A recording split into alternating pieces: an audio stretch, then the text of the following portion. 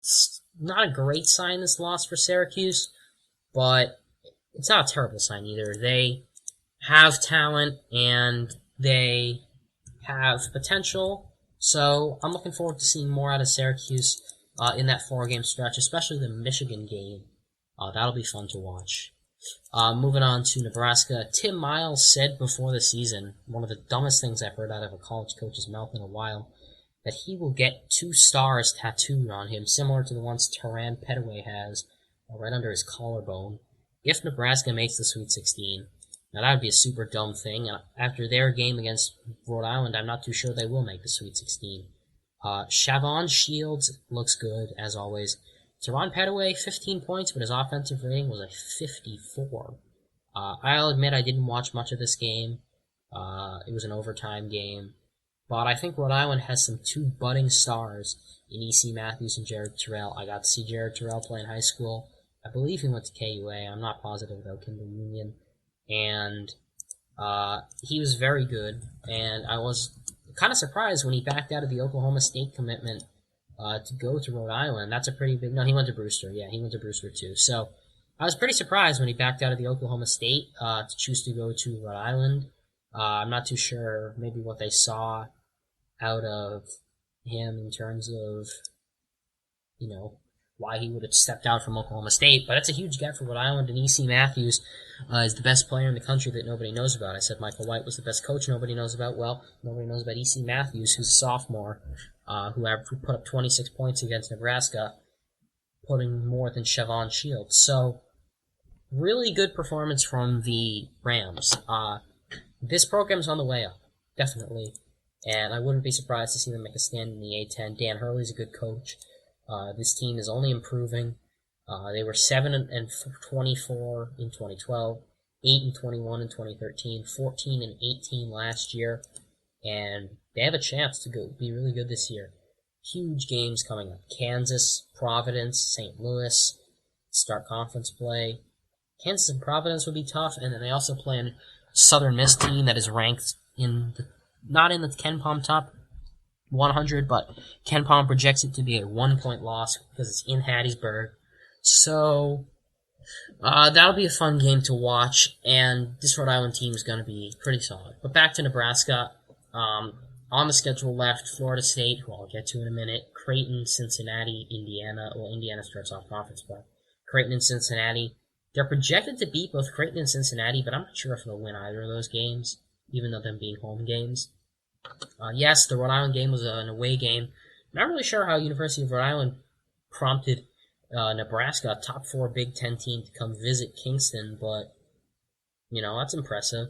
Ty Webster looked alright. This Nebraska team, people were like, oh, well, they're going to be a sleeper in the Big Ten, and I didn't really buy it. And this game kind of proved what I was thinking.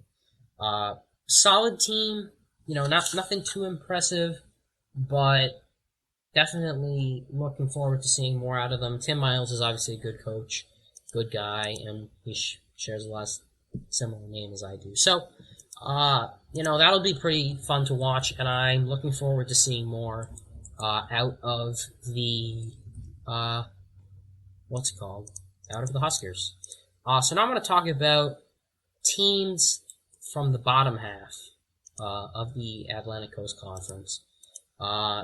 What is wrong with the Clemson Tigers, man?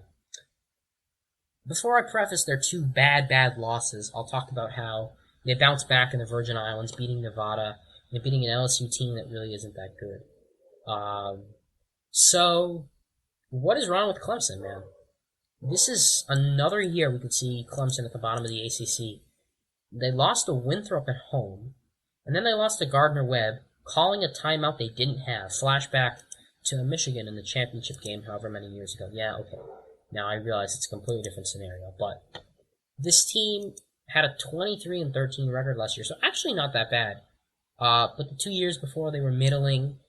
They haven't made the tournament since 2011 in Brad Brownell's first year after Oliver Purnell left for DePaul. Wonder how he feels about that move now. Hint, hint. But Brad Brownell has proven to be a good coach, but a terrible recruiter. The team has not pulled in good players like in a long time. Like, I haven't heard much about Clemson, maybe even picking up a 4-star. So definitely he's going to need to see some more improvement out of them before we see maybe, could Brownell be on the hot seat? They've got Arkansas still to play. They've got South Carolina still to play. And then the gruesome ACC schedule. And heck, they've still got Rutgers and Auburn. I'm not saying those are sure losses, but Rutgers and Auburn are still Power 5 teams. And there are still teams that have a chance to pull away and play with the Tigers after seeing them lose to Winthrop and Gardner-Webb. But hey, what kind of respectable program loses to Gardner-Webb in the month of November? Hint, hint. Anyway. Yeah, so Clemson looks good, and no, they don't. What am I saying? Clemson does not look good. I'm sorry, I just zoned out for a second. Clemson, I'm not really sure what I feel about this team. I don't know too much about them. I know they have Jaron Blossom game and Landry Nonoko, and they play at a really not that great of an arena, I guess, from what I've read. And, this team, like, what could be wrong with them? I mean, is it I didn't watch either of those games, honestly. I'm going to be honest. I wasn't expecting them to lose. But I watched highlights, and, against Gardner-Webb, they had a 13-point lead with 8 minutes to go. Against Winthrop, they had a 7-point lead with 6 minutes to go. And they ended up blowing both of those games. Little Keon Moore for Winthrop dropped 18 points. Keon Johnson dropped 19. They got scored 37 points by two guys with the same name. DeMarcus Harrison, that's not even on their team. Tyler Strange scored 18 points for Gardner-Webb with an offensive rating of 167. Gardner-Webb played like 9 guys in total. And they still, these teams aren't that good. Like, Winthrop's not a good team. Gardner-Webb's not really that good of a team either. Like, I don't understand if people are like, oh, well, give them a break. They're pretty solid mid-major teams. Like, I just don't see it. Like, Winthrop went 20-13 last year, 10-6 in the Big South. Gardner-Webb also went 10-6 in the Big South, but finished 240th in KenPom. So these are not good programs. These are not good losses. So what's wrong with Clemson? Do they need a coaching change? I'd say give Brownell the rest of this year. Now, KenPom predicts him to go 15-15, 7-11 in the ACC. If he were given 7-11 in the ACC, do you fire him? I think so. I don't think Brownell's that good of a coach, honestly. I think he's a good coach. He just needs to prove he can recruit good players. Not because it's hard to recruit good players to Clemson, but start winning some games, man. I mean, they haven't made the tournament as the single-digit seed since Purnell was there, and now Purnell's at DePaul. So, I wonder what this program could have done if Purnell had decided to stay. But possibly even worse than than the Tigers is their football rivals, the Florida State Seminoles. Obviously, the talk on Florida State campus right now is the undefeated national championship football team. So the basketball team's like an aftershock until January. But that doesn't negate the fact that they lost 3 straight games. All 3 to pretty solid opponents. It's not like they were bad losses, but don't you think they should have beaten Northeastern at home? Like, they struggled with Manhattan in their opener. Now, Manhattan's not a bad team either. They have a great coach, Steve Mazziello, who's supposed to go to South Florida. Northeastern's not a bad team. They're a pretty good mid-major team, and they're the favorite to win the Colonial. And they'll, I don't know. Like, these aren't bad losses, but this is a team that a lot of people I expected to maybe make the tournament, and now they're 1-3 with games left against Nebraska. They have a really early conference game against Notre Dame. Games left against Nebraska, Florida, and Mississippi State, all top 100 teams. And I don't even know Mississippi State is considered a top 100 team, but damn, maybe they can make a run, I guess. That'd be interesting. But yeah, definitely, something is up with this team. Aaron Thomas looks good, I guess. Xavier Rathon-Mays sat out last year, academic ineligibility, looks solid. But then, Michael Ojo hasn't been too much of an impact. Neither has Devin Booker. So this team, Florida State, talented but inconsistent, I think is the best way to put this team together, I guess. Certainly they have the talent to go far, and they have a good coach, Leonard Hamilton. If they were to go as Ken Palm projects, 15, 16, 7, and 11, I still think it's less likely they fire them than Brownell gets fired from Clemson, mostly because he's bringing in a top 10 recruiting class next year with my favorite name, Dwayne Bacon, and a player I've seen since he was in middle school, Terrence Mann. I went to middle school with him. I watched him play when he was in the 8th grade. So they've got a good recruiting class coming in. They're attracting good players. Florida State basketball is not dead. It's just it'll always, at this point, be second fiddle to Jameis Winston and the Knowles. I don't hear people call them the Knowles when they're talking about basketball. They know it's a football name. So yeah, that's what I think about the two troublesome teams in the ACC and what the bottom of the ACC could be like. Boston College is not a good bet to go anywhere. Georgia Tech, they have the win over Georgia, but I'm not too sure what we'll see left out of them. I don't think they're that great of a team either. So the bottom of the ACC could be pretty mediocre, and the top of the ACC could be very good. Talking about the games to watch, looking ahead to next week, there's a bunch of tournaments, and the biggest one is the Battle for Atlantis in the Bahamas.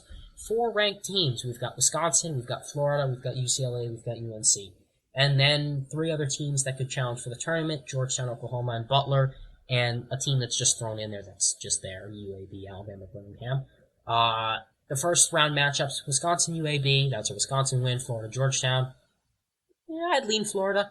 UCLA, Oklahoma, I'd lean UCLA, and Butler, North Carolina is a North Carolina win.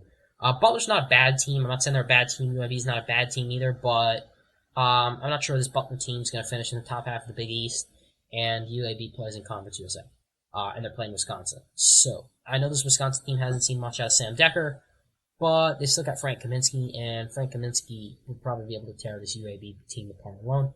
Florida, Georgetown, I thought Georgetown did not look too impressive so far in any of their games. They scraped by Robert Morris. You know, they didn't win by 20 points against Robert Morris, A&M Corpus Christi, or St. Francis, New York. Actually, they won by 20 against St. Francis, New York, and that was the best team they played. So, Devontae Smith-Rivera has been kind of absent. Freshman LJ Peak, who, if you remember, pulled the ultimate troll job when he put on a South Carolina hat at Gaffney High School in South Carolina last year and then threw it off to the floor and put on the Georgetown hat at his school's commitment ceremony while his best friend committed to South Carolina for football. So he pulled off a troll job. Well, he's been trolling other defenses so far this year. He's been very good. He looks like he could be a future 4-year star if he decides to stay all 4 years. Hopefully he does. I like John Thompson. I like Georgetown. But this battle for Atlantis is going to be tough for them. Florida's definitely going to be a tough game, but as I said, Florida is rotating off like 7 scholarship players. So they've got some work to do. UCLA, Oklahoma. I like UCLA in this one. I think Oklahoma's a good team, but I like UCLA's depth a little bit more. Bryce Alford has looked very good. Butler, North Carolina, as I said, I think Butler's good, but not that good. UNC should win that game. Let's take a look at hypothetical second-round matchups. Wisconsin versus Florida. That was a game that happened last year in Wisconsin that ended up with Wisconsin winning. If Wisconsin were to play Florida, I'd pick Wisconsin right now. I think the depth on their team with Sam Decker, Nigel Hayes, Frank Kaminsky, obviously, would beat Florida. UCLA versus North Carolina, I'd lean UNC. I think Marcus Page is just too much for any player that UCLA has. And then if we have the hypothetical matchup of the tournament, Wisconsin versus North Carolina in the final, I'd still lean Wisconsin. I think that team is really, really good. And they have a chance to go pretty far this year. Ranked number 2 in the latest AP poll. So that'll be fun to see. Definitely. And, this will be a great tournament to watch. A lot of good basketball. There are some other good tournaments. Kansas is playing in some tournament in Florida. So other good tournaments to watch. And then some pretty good games. So there's definitely good games on the schedule. Arkansas visits Southern Methodist, SMU. I talked about Emmanuel Mudiay briefly and how SMU loses. Well, I didn't talk about this, but they're missing Marcus Kennedy still. Nick Moore is one of the more underrated players in the country, but I'd like to see